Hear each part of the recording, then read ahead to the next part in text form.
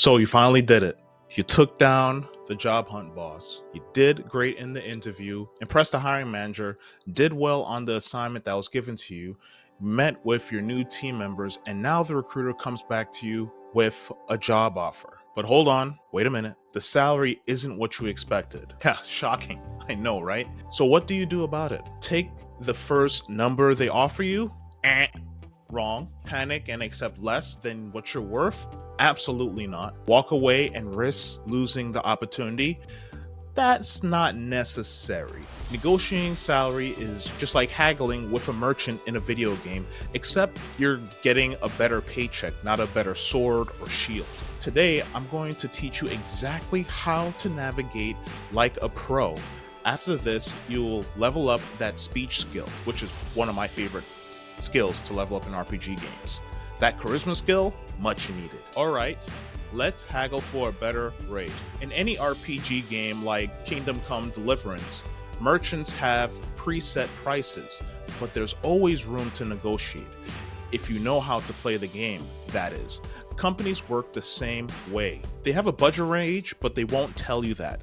So they should be expecting some kind of negotiation, and most people don't take the chance to do that. If you negotiate correctly, you can increase your offer without losing the job. Phase 1, the merchant's first offer. This is the first offer you'll see on the job description. If you don't see the pay rate, just run away fast. If you don't see it on the job description, red flags.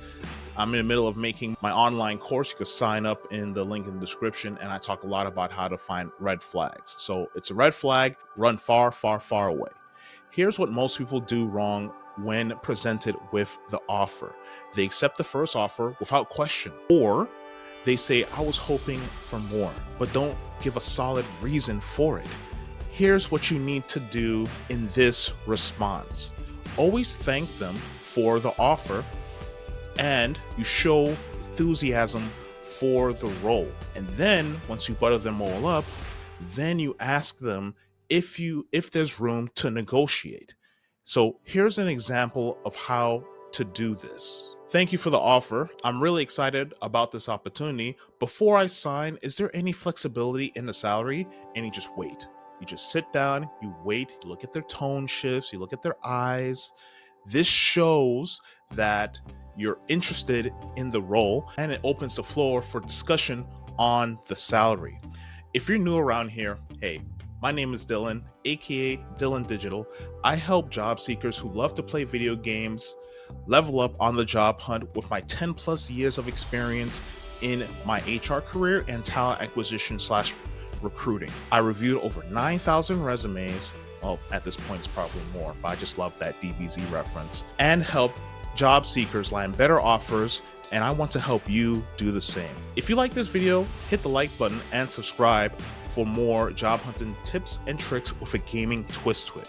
All right, let's get back to these phases. Phase 2, countering the merchant's offer. Now you open the floor for negotiations. It's time to shoot your shot. That's something that my old manager used to say in my old place. Rest in pepperonis. It's time to explain why you should receive a certain amount. This is what most people do wrong. They throw a random number out there with no logic to it. They just say things like, I need more, without backing it up with past wins and examples. Using the STAR method, you could check out that video over here. I made a video about the STAR method and how to use it with Mario's help, of course. And they don't even use metrics to their reasoning.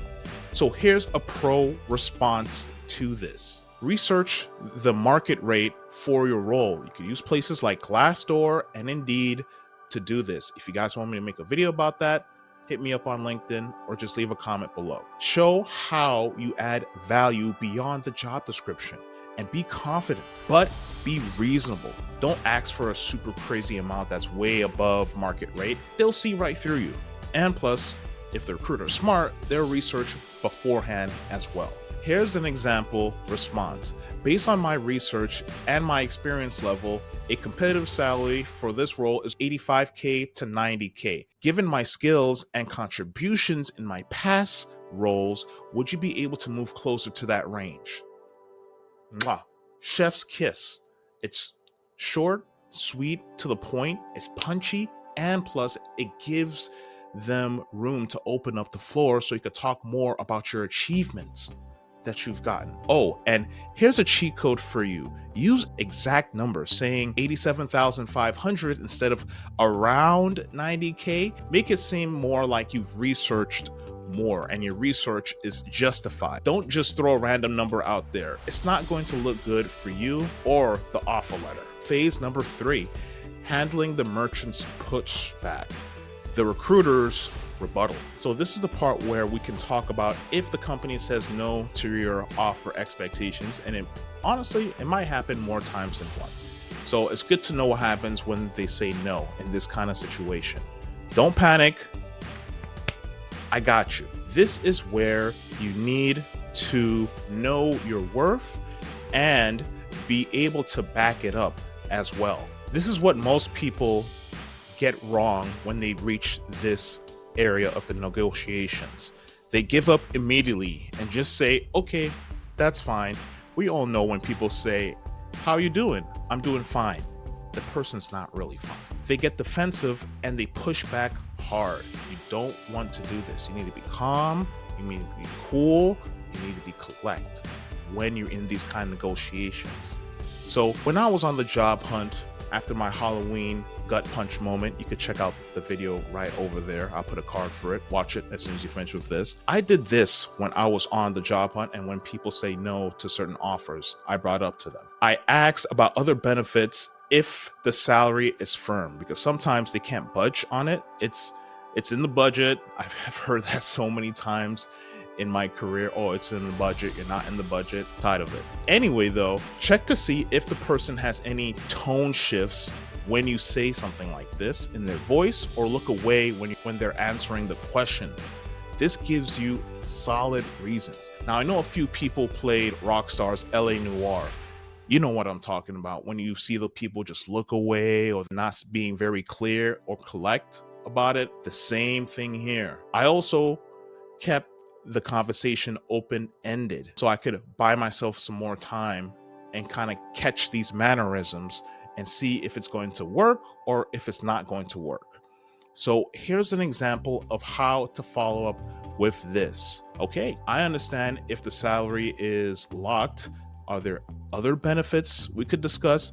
Maybe signing bonuses, additional PTO, or professional development stipends? Sometimes it's not always about the cash. It's about other incentives as well.